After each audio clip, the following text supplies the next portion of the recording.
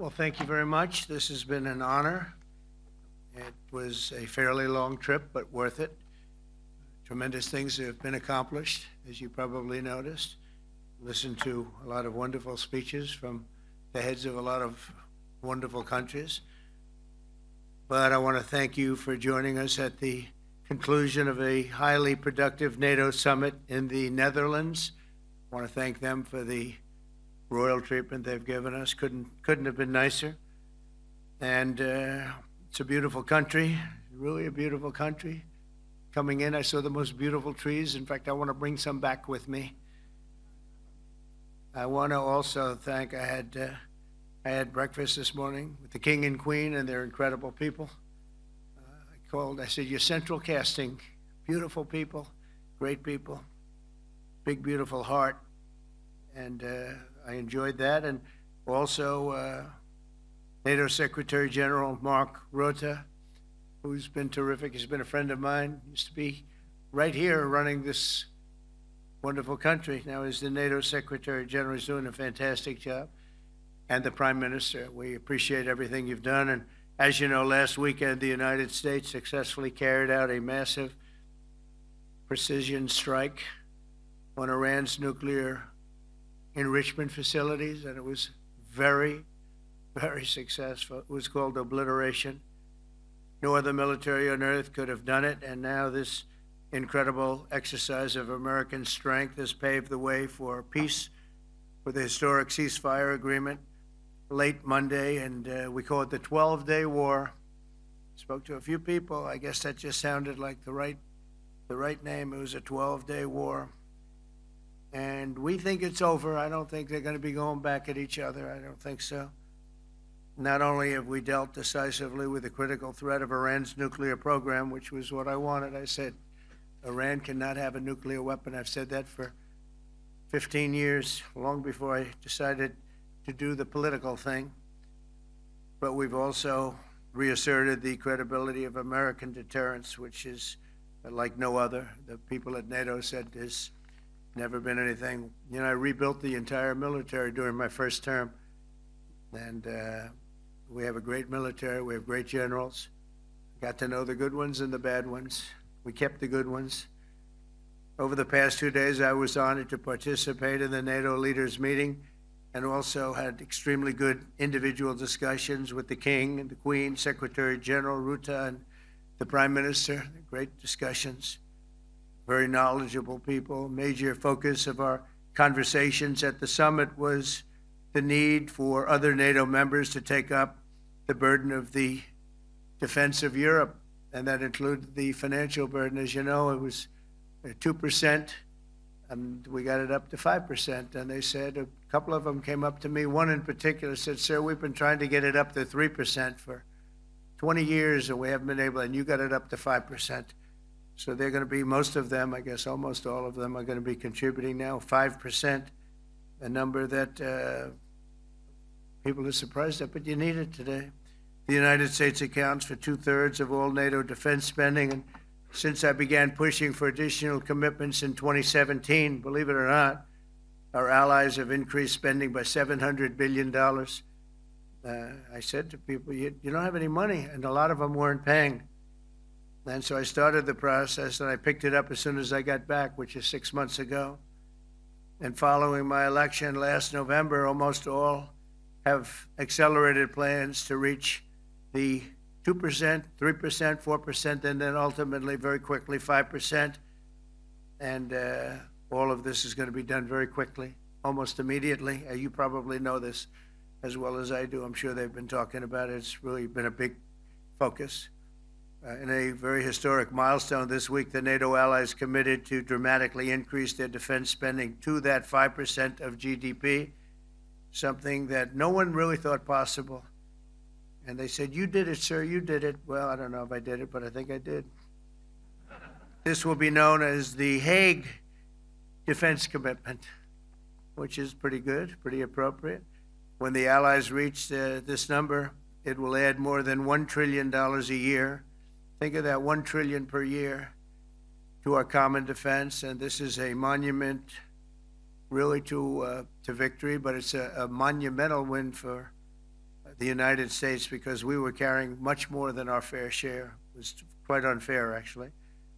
But this is a big win for Europe and for actually Western civilization. For years, past administrations failed to get most allies to contribute even the 2%. I remember when I came here, we had 4 countries that were up to 2%, and I remember Poland was there. A couple of them were there, and but most of them were. We had 28 at the time, as you know. It's increased a little bit, and they've agreed now to more than double their budgets in all cases. And Europe stepping up to take more responsibility for its security will help prevent future disasters like the horrible situation with Russia and Ukraine, and hopefully we're going to get that solved. Last week they lost 7,000 soldiers, mostly soldiers, but they're also getting hit in Kiev. They're getting hit in some of the towns also. And that means life. Life is disappearing also in the cities and towns. Should have never happened, would have never happened if I was president. Said it 1,000 times, and it never did happen. It's never even thought about. But it's vital that this additional money be spent on very serious military hardware, not bureaucracy, and hopefully that hardware is going to be made in America because we have the best hardware in the world. You saw that where 14 missiles were shot at us the other day, and they were very nice. They gave us warning. They said, we're going to shoot them. Is 1 o'clock okay? They said, it's fine. And everybody was emptied off the base, so they couldn't get hurt except for the gunners. They call them the gunners.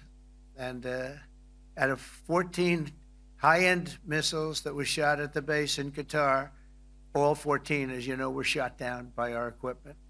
Amazing stuff. Amazing that they can do. It's like shooting a bullet with a bullet. It's the same thing if you think about it. 14 out of 14, and they weren't even that surprised. I said, do you do that well often? They say, we pretty much do, sir. The Ukraine crisis has also highlighted the urgency of rebuilding our defense industrial base, both in the United States and among the allied nations. We cannot afford to be dependent on foreign adversaries for critical minerals. And as you know, we made a deal with Ukraine to take a vast amount of the land they have for minerals. We need it. And once again, I want to thank all of the people in the Netherlands, incredible people. It's a great place. And all of the NATO allies for the tremendous summit that we just had. A letter just came in, and a statement came in from the Atomic Energy Commission of Israel. And I just wanted, this is an official letter, and they're very serious people, as you know.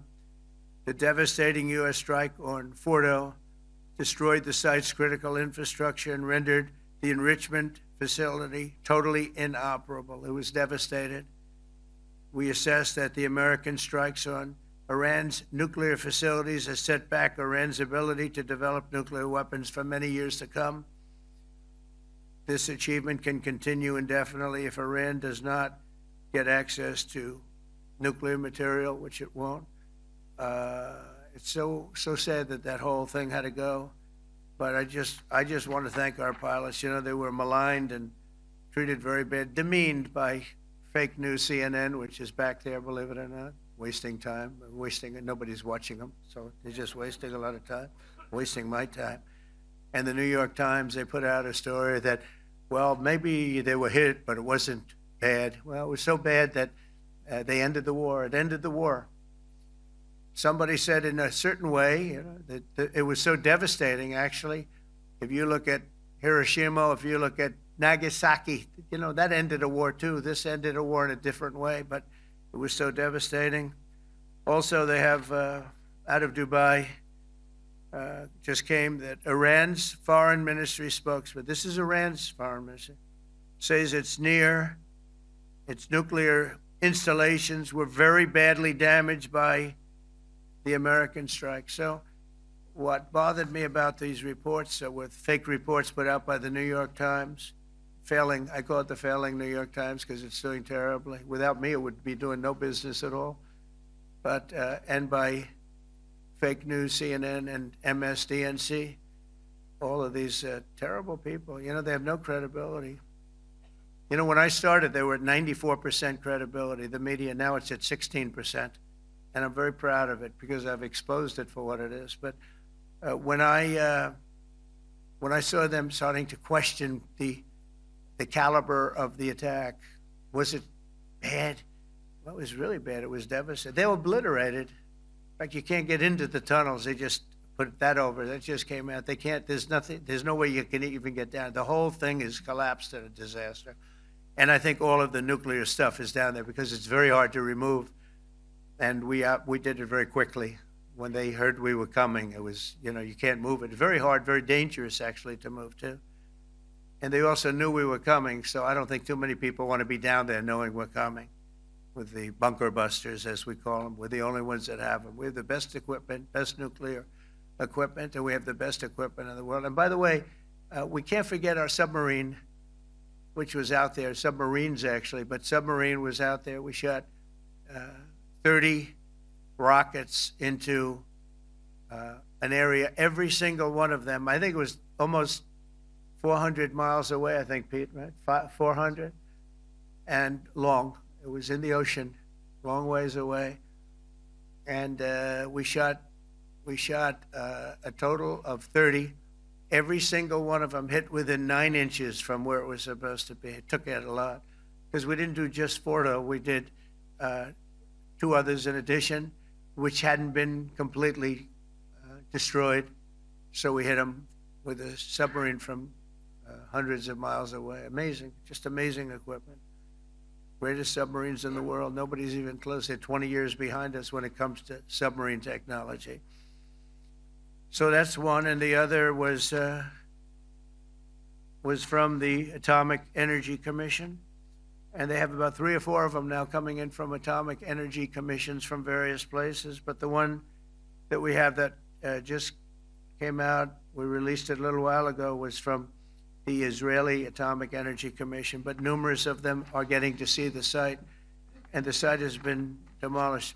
And again, we had these brave patriots, these incredible flyers, these people that can fly a plane better than anybody can fly a plane, going into very hostile territory, flying into the territory that has got more missiles and things pointed at it. But it was very stealth. They didn't get to see it. It was dark. That's the amazing thing about the shots. They hit the shots perfectly, and yet it was dead dark. There was no moon. There was no light. It was virtually moonless.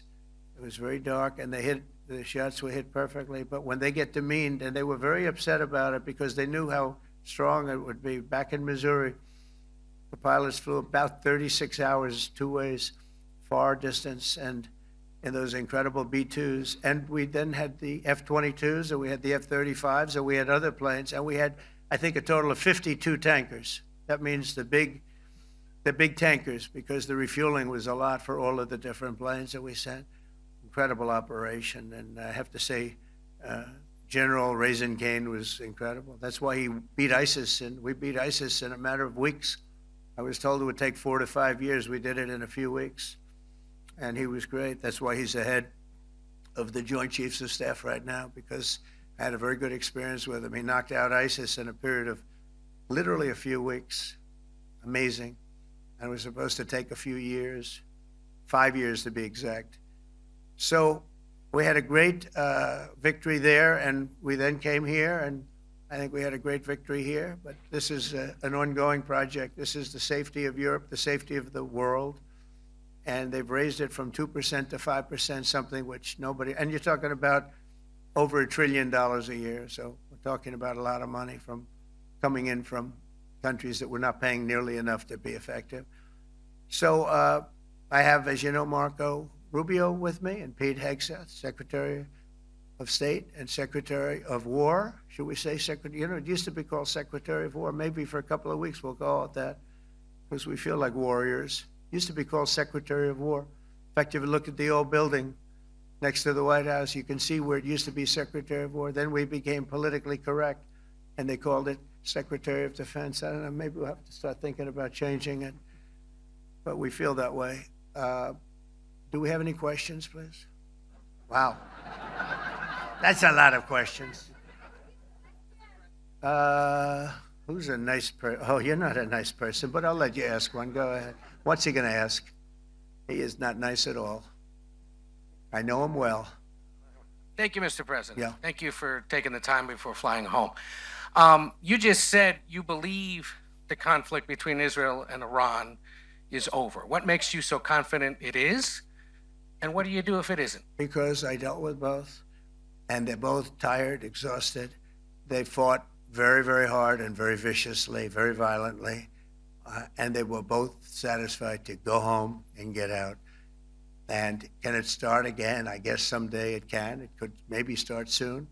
I think a big telltale sign was when, as you know, Iran somewhat, by not much, violated the ceasefire, and Israel had the planes going out that morning, and there were a lot of them, 52 of them. And I said, you got to get them back. And they brought them back. They didn't do anything. They brought them back. It was very good. I thought it was amazing, actually. They have fought a hell of a war. They fought very hard. I think the war ended, actually, when we hit the various nuclear sites with the planes. And I just hope you people can give these pilots, these are the best pilots in the world. They're the best shots in the world. They call them shots. That's what they are. And wait a minute. And I just hope you can give them the respect they deserve, because they came home to fake news. And like, oh, gee, there was hardly any damage. The things are decimated.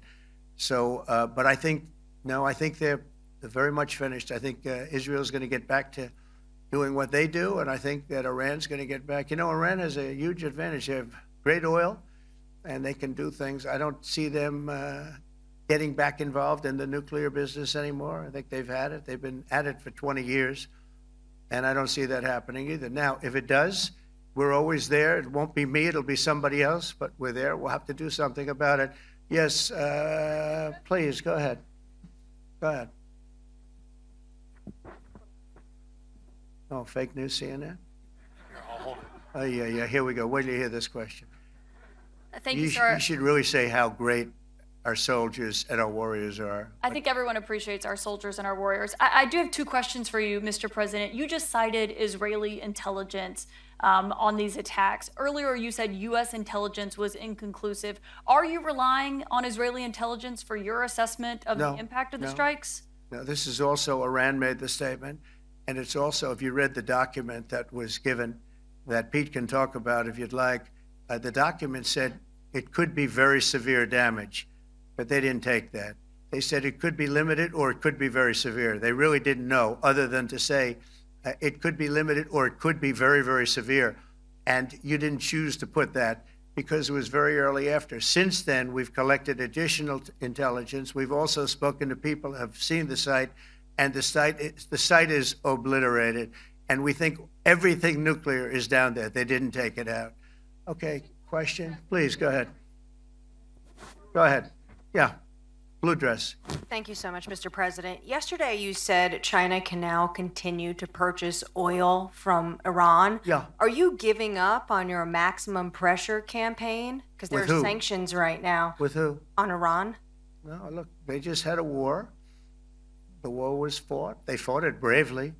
I'm not giving up. They're in the oil business. I mean, I could stop it if I wanted. I could sell China the oil myself. I don't want to do that. They're going to need money to put that country back into shape. We want to see that happen. Would it? No. If they're going to sell oil, they're going to sell oil. We're not taking over the oil. We could have, you know. I used to say with Iraq, keep the oil. I could say it here, too. We could have kept the oil. No, China is going to want to buy oil. They can buy it from us. They can buy it from other people. But you're going to have to put that country back into shape. It desperately needs money. Yeah. Mr. President. Yeah, please. Here we go. I'm picking the beauties today. Go ahead. Mr. President, Secretary General Rutte has described President Putin as an adversary, a threat, an enemy. Do you view him the same way? And in addition to that, you mentioned General Kane, your chief of staff, the chairman of the Joint Chiefs of Staff. General Kane. Yes, he has said that Mr. Putin has territorial ambitions beyond Ukraine. Do you view that in the same way? Possible. I mean, it's possible. I know one thing. He'd like to settle. He'd like to get out of this thing. It's a mess for him. He called the other day. He said, "Can I help you with Iran?" I said, "No, you can help me with Russia." Because, in the last few weeks, we took care of India and Pakistan, Kosovo, Serbia. I think on Friday we have coming in, the Congo is coming in, and Rwanda is coming in. That was a vicious war that went on, a machete war, heads chopped off all over Africa. They're coming in. We did 2 others in addition to that. Nobody's ever done anything like this. No, I consider him a person that's, I think, been misguided. I'm very surprised, actually. I thought we would have had that settled easy. I've settled 4 of them in the meantime. But he did call up, and he said, he's close to Iran. He'd like to help us get a settlement. I said, no, you help me get a settlement with Russia. And I think we're going to be doing that, too. Yeah, please. Go ahead, please. Thank you, Mr. President. You've made clear your position on what impact the strikes had. I wanted to ask you what is next with Iran. For instance, is there any indication from U.S. intelligence that Iran was able to move any material, including No, just the opposite. We think we hit them so hard and so fast they didn't get to move. And if you knew about that material, it's very hard and very dangerous to move. It's called, in many people they call it dust, but it's very, very heavy. It's very, very hard to move. And they were way down. They're 30 stories down. They're literally 30, 35 stories down underground. I think you got it all. Oh yeah, we think we got. We think it's covered with granite, concrete, and steel.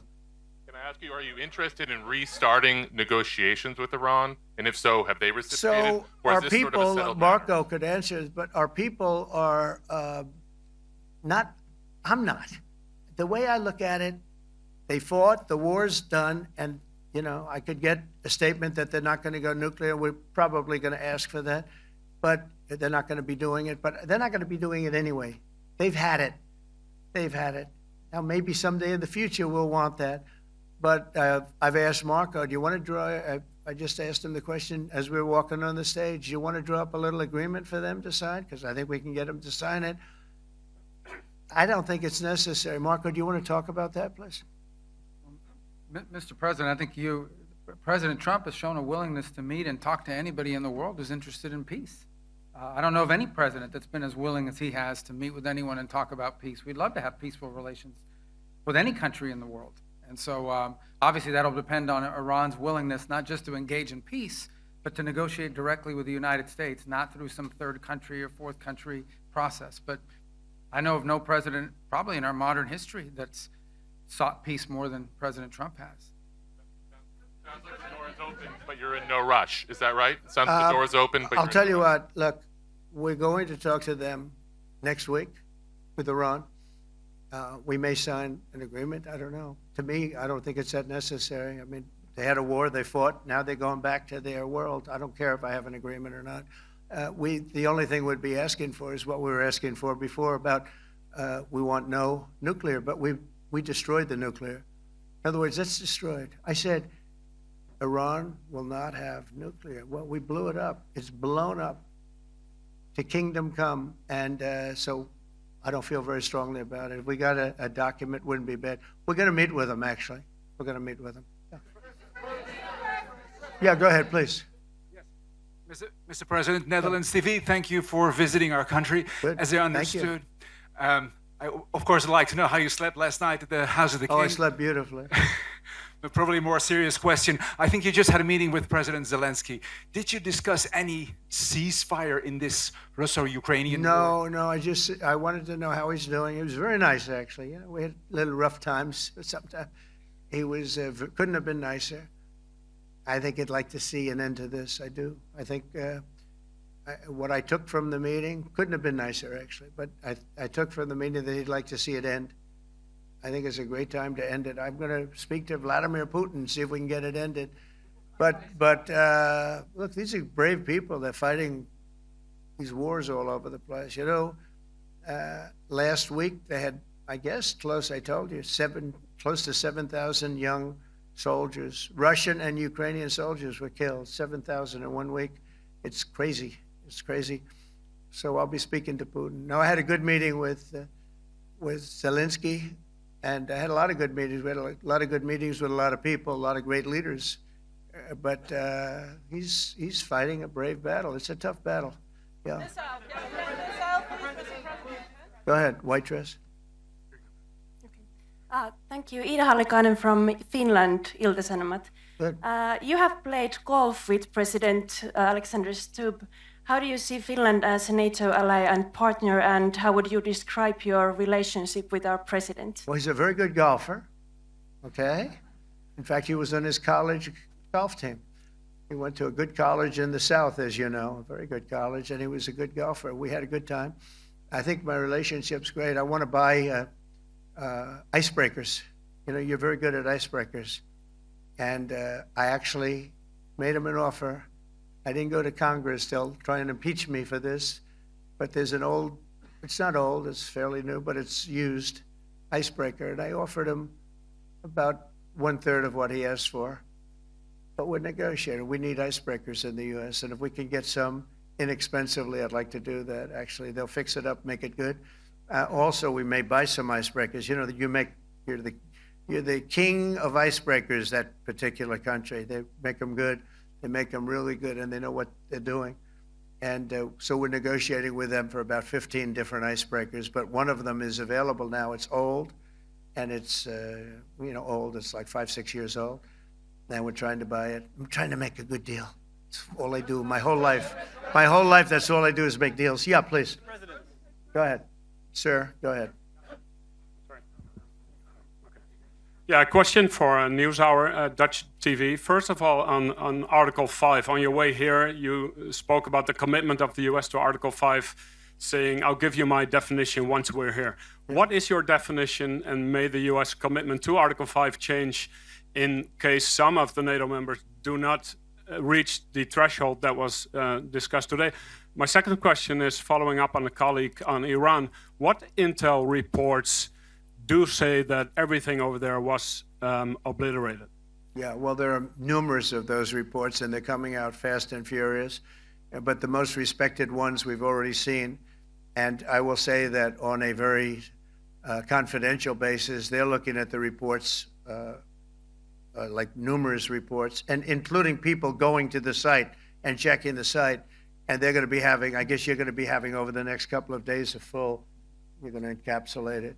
But no, the site was obliterated, just like I said it was. And just like the pilots should be given credit for. As far as Article 5, look, when I came here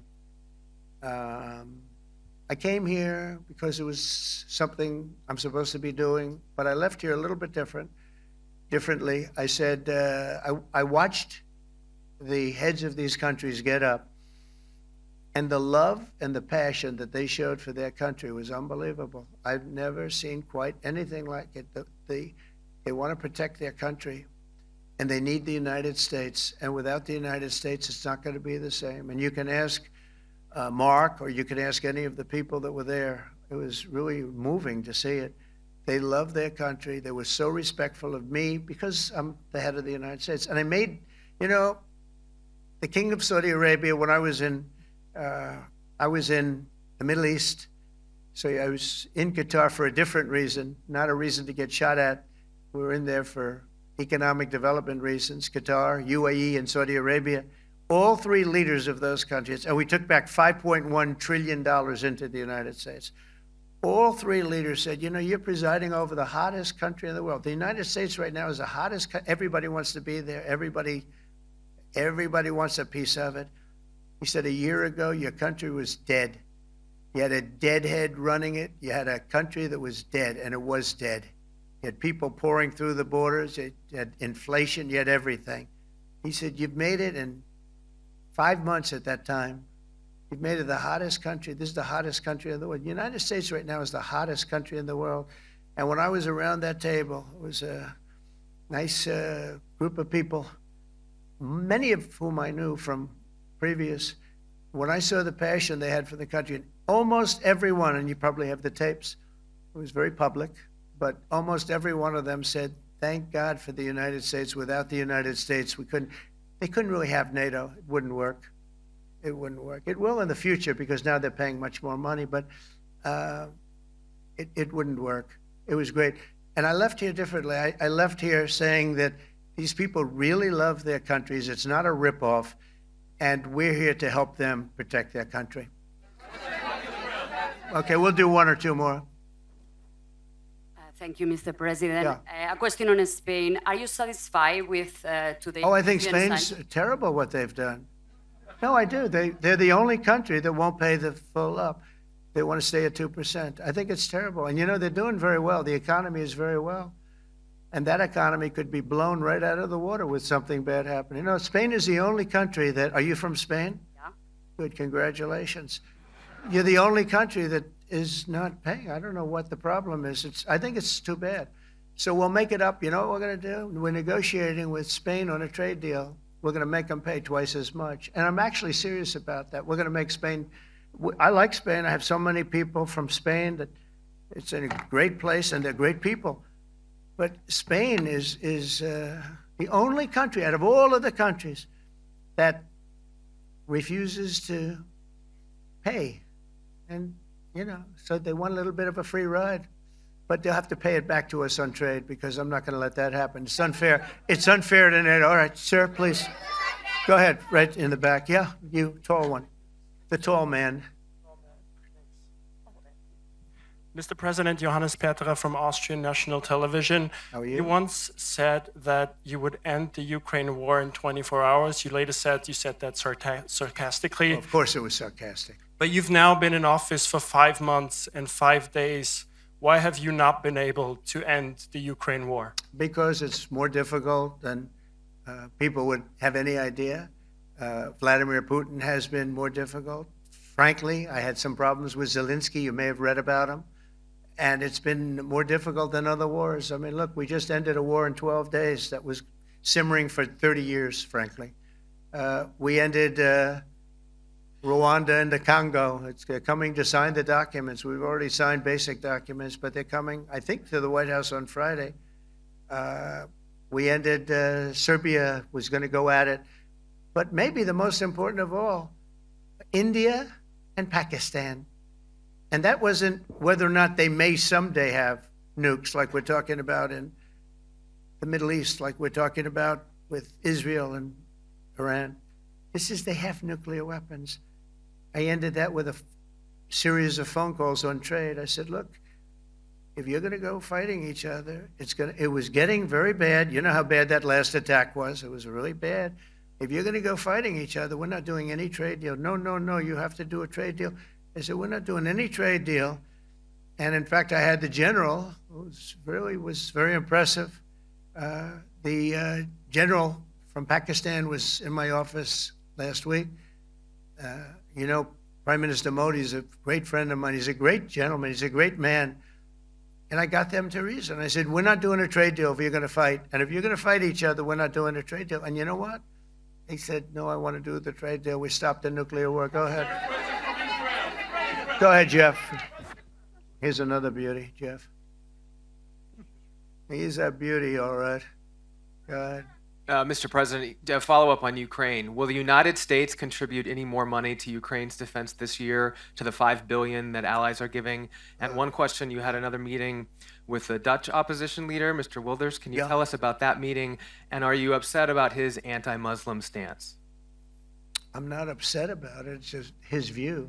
He's unhappy with the way things are going in this country and various countries. He was an opposition leader, and I was asked to meet with the opposition leader by the people that are running. I think they have some deal where if you have a meeting, you're supposed to meet with an opposition leader. I said, that's strange. We don't do that. But I met with I didn't know him.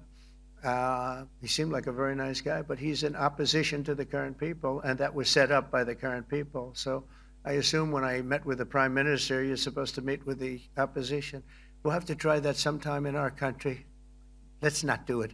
But I thought he was very good. As far as money going, we'll see what happens. There's a lot of spirit. Look, Vladimir Putin really has to end that war. People are dying at levels that people haven't seen before for a long time. Go ahead. Go ahead. White shirt. Oh, she's all excited. Okay. So, BBC News Ukrainian. I would Where are like you to from? ask you, I'm from Ukraine. Oh. So my question to you is whether or not the U.S. is ready to sell anti-air missile systems Patriot to Ukraine. We know that Russia has been pounding Ukraine really heavily right now. Are you and, living yourself now in Ukraine? my husband is there. Wow. And I can see you very, it's amazing. and me with the kids, I'm in Warsaw actually because he wanted me to be Is your there. husband a soldier? No? He's He's there now? yeah, Wow. That's rough stuff, right? That's tough. And you're living here? in Warsaw. And you're a reporter? I am. Good. So let me just tell you, they do want to have the missiles, okay, as they call them, the Patriots. And we're going to see if we can make some available, They're very hard to get. We need them too. We were supplying them to Israel, and they're very effective, 100% effective. Hard to believe how effective. And they do want that more than any other thing, as you probably know. That's a very good question, and I wish you a lot of luck. I mean, I can see it's very upsetting to you. So say hello to your husband, okay? Thank you. Go ahead. Thank you.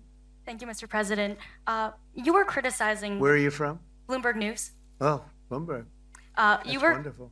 You were criticizing the Federal Reserve Chair before coming to this summit. Yeah, I think he's terrible. I was wondering if you've begun interviewing different candidates for the Fed pick. Yeah, I know within 3 or 4 people who are going to pick. I mean, he goes out pretty soon, fortunately, because I think he's terrible. We have no inflation. We have a tremendous economy. Hundreds of billions of dollars of tariff money is pouring in. Factories are being built because they don't want to pay the tariffs, so they're building them all over the country. I think we're close to $15 trillion. I told you 5.1 trillion from the Middle East alone, but of investment money coming in. There's never been anything like that in the history of our country. But we have no inflation. And we have borrowing because Biden, stupidly, they did short-term debt. So we have borrowing coming up. And, we'll go 10 years, maybe longer, maybe shorter, but we'll go a long period of time when we do the debt. And because of him, because of this guy, we will have to pay for years. We'll be paying for him. And I said to him, listen, there's no inflation. He says, but maybe there'll be some. That's true. I said, if there is some, what you do is raise the rate. I'm okay with that. You raise the rate in 2 years from now or in a year from now. But because the rate's high, we have to pay more for debt. It's pretty equal. In other words, if it's 4%, it's 4%. If you drop it a point, you'll pay 3%. So it's fairly equal, not necessarily, but fairly equal. So we're going to end up paying maybe 2 points or 3 points more. 3 points would be about $900 billion a year because of this very average mentally person. He's an average mentally person. I'd say low in terms of what he does, low IQ for what he does, okay? Wait, so instead of paying $900 billion, we don't want to pay 900 just because he doesn't want to lower the rate. I said, if there's inflation in 2 years or 3 years or 1 year from now, you raise the rate and you take care of the inflation, among other things. But he's probably a very political guy, I guess. I don't know. I think he's a very stupid person, actually. All right, one more. Let's go. How about you? Go ahead. She looks so happy and everything. Thank you. That's why I I'm picked from her. Spain too. I'm Ana Buch from La Vanguardia. I wanted to know if You're where from? Spain too. Ah. I wanted to know if you want to That's the negotiate. Spain corner right there. Shouldn't have said that. That's okay. I do like Spain, by the way. I think it's unfair that they're not paying, but go ahead. Are you going to negotiate directly with Spain about? I'm going to negotiate directly with Spain. I'm going to do it myself. They're going to pay. They'll pay more money this way. You should tell them to go back and pay. You're a reporter? Tell them to go back. They ought to join all of those countries that are paying 5%. Spain's going to be just about the only one that's not. They were the most hostile toward doing it. It just doesn't make sense to me. Okay. All right, Kelly, go ahead. Here we go. Here's another one.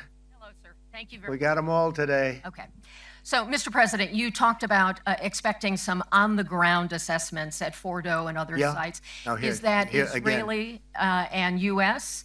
It's been obliterated, Kelly. It's What is your message obliterated. then, sir, to the intelligence community when they present reports? You're not disputing the DIA report. You're just They presented a exists. report that wasn't finished. We're talking about something that took place 3 days ago. I understand that, sir. The It's an report was initial done assessment. So 2 what days is ago. your- Wait a minute. Yes. They didn't see it. All they can do is take a guess. Now, if you take a look at the pictures, if you take a look how it's all blackened, you know the fire and brimstone is all underground because it's granite and it's all underground. You don't show it. But even there, with all of that being said, the whole area for 75 yards around the hole where it hit is black with fire. The group that's run by this gentleman, in fact, you may want to talk about it for a second because we're going to issue a report. And I think it's not even a very exciting report at this point. It's been obliterated, totally obliterated. And they did a report, but it was like, if you look at the dates, it's just a few days after it Understood, happened. sir. So they didn't see it. They said it may be very severe. Go ahead. Understood. Do you have a message for the intelligence community, though, in terms of unvarnished information getting to you, that it's not I don't just- really have a message. I would say issue the report when you know what happened. I wouldn't say that it could be severe or maybe not. They use the word severe. It could be severe or maybe it's not. And briefly, So people like you picked up and said, oh, it's not severe. We're just No, looking for the the exit. report was not a complete report. Yeah, the message was probably wait till you know the answer before you. And Go sir, ahead. did you not have a public component to your Zelensky meeting for a tactical reason with President Putin? Let him answer this. Hello, Mr. Secretary. Yeah. There's a reason the president calls out fake news for what it is. These pilots, these refuelers, these fighters, these air defenders, the skill and the courage it took to go into enemy territory flying 36 hours on behalf of the American people and the world to take out a nuclear program is beyond what anyone in this audience can fathom. And then the instinct of CNN, the instinct of the New York Times is to try to find a way to spin it for their own political reasons to try to hurt President Trump or our country. They don't care what the troops think. They don't care what the world thinks. They want to spin it to try to make him look bad based on a leak. Of course, we've all seen plenty of leakers. And what do leakers do? They have agendas. And what do? Do they share the whole information or just the part that they want to introduce? And when they introduce that preliminary report that's deemed to be a low assessment, you know what a low assessment means? Low confidence in the data in that report. And why is there low confidence? Because all of the evidence of what was just bombed by 12 30,000-pound bombs is buried under a mountain, devastated and obliterated. So if you want to make an assessment of what happened at Fordo, you better get a big shovel and go really deep because Iran's nuclear program is obliterated. And somebody somewhere is trying to leak something to say, oh, with low confidence, we think maybe it's moderate. Those that dropped the bombs precisely in the right place know exactly what happened when that exploded. And you know who else knows? Iran. That's why they came to the table right away, because their nuclear capabilities have been set back beyond what they thought were possible because of the courage of a commander-in-chief who led our troops, despite what the fake news wants to say. But you're not disputing the report said what it said, even though it was initial. The report said what it said, and it was fine. It was severe, they think, but they had no idea. They shouldn't have issued a report until they did, but we've gotten the information. I think Pete said it better than you can say it. And you know, you should be proud, you, especially you, should be proud of those pilots, and you shouldn't be trying to demean them. No, there's a Those difference, pilots sir, flew between asking at about an great assessment risk, a and big the chance skill that they'd of never the come US back home and see their one husbands is or their questioning wives. the skill Let of me the just US tell you, you and NBC fake news, which is one of the worst, and CNN, New York Times are all bad. They're sick. There's something wrong with them. But you know what? You should be praising those people instead of trying to find some. By getting me, by trying to go and get me, you're hurting those people. They were devastated. You know, I got a call from Missouri, great state, that I won 3 times by a lot. And I got a call that the pilots and the people on the plane were devastated because they were trying to minimize the attack. And they all said it was hit. But we don't think it was really maybe hit that badly. And they were devastated. They put their lives on the line, and then they have, and I'm not referring to you, but real scum come out and write reports that are as negative as they could possibly be. It should be the opposite. You should make them heroes and heroines. You should make them really people that they were so devastated when they heard this news. And you know what they said? One of them, I spoke to one of them, said, "Sir, we hit the site. It was perfect. It was dead on." Because they don't understand fake news, because they have a normal life, except they have to fly very big, very fast planes. But it's a shame. You should be making them heroes. All right, in the back. Go ahead, back, white, yeah. White jacket, yeah. Go ahead, give my mic. Hello. Deborah Haynes from Sky News. Good. Mark Rutte, the NATO chief, who Mark. is your friend, he called you daddy earlier.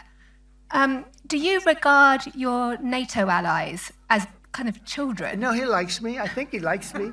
If he doesn't, I'll let you know. I'll come back and I'll hit him hard, okay? No. But do you He regard- did it very affectionate. Daddy, you're my daddy. Do you regard your NATO allies, though, as kind of like children, and they're obviously listening to you and they're spending more, and you're obviously appreciative of that, but do you hope that actually they're going to be able to defend themselves, defend Europe on their own without I think they the need United help a little States? bit at the beginning, and I But think in they'll the- be in the able end- to, and I think they're going to remember this day. And this is a big day for NATO. You know, this was a very big day. They took it. One of the gentlemen said, "You know what? We've been trying to raise money raise the rate for 30 years," he said, 20 years, from almost the beginning. And he's been there for a long time. He said, "Until you came along, it never happened. What you did is amazing." It's been sort of an amazing day But do you for a lot of reasons, but also for that. Yeah, go Do you ahead. think they can do it without you, though, in the future? Can they do it without Well, the ask United Mark. States? I mean, you have to ask Mark, okay? So we're heading back. We're heading back. I want to thank these two gentlemen behind me. They're incredible people, both of them. They've done a fantastic job. And Susie's in the front, and she's done great. And Monica, thank you very much. It was quite an exciting time. And we're going to be heading back. We'll be back soon, and we'll see you in Washington, D.C. Remember this, we have the hottest country anywhere in the world. Thank you very much, everybody. Thank you.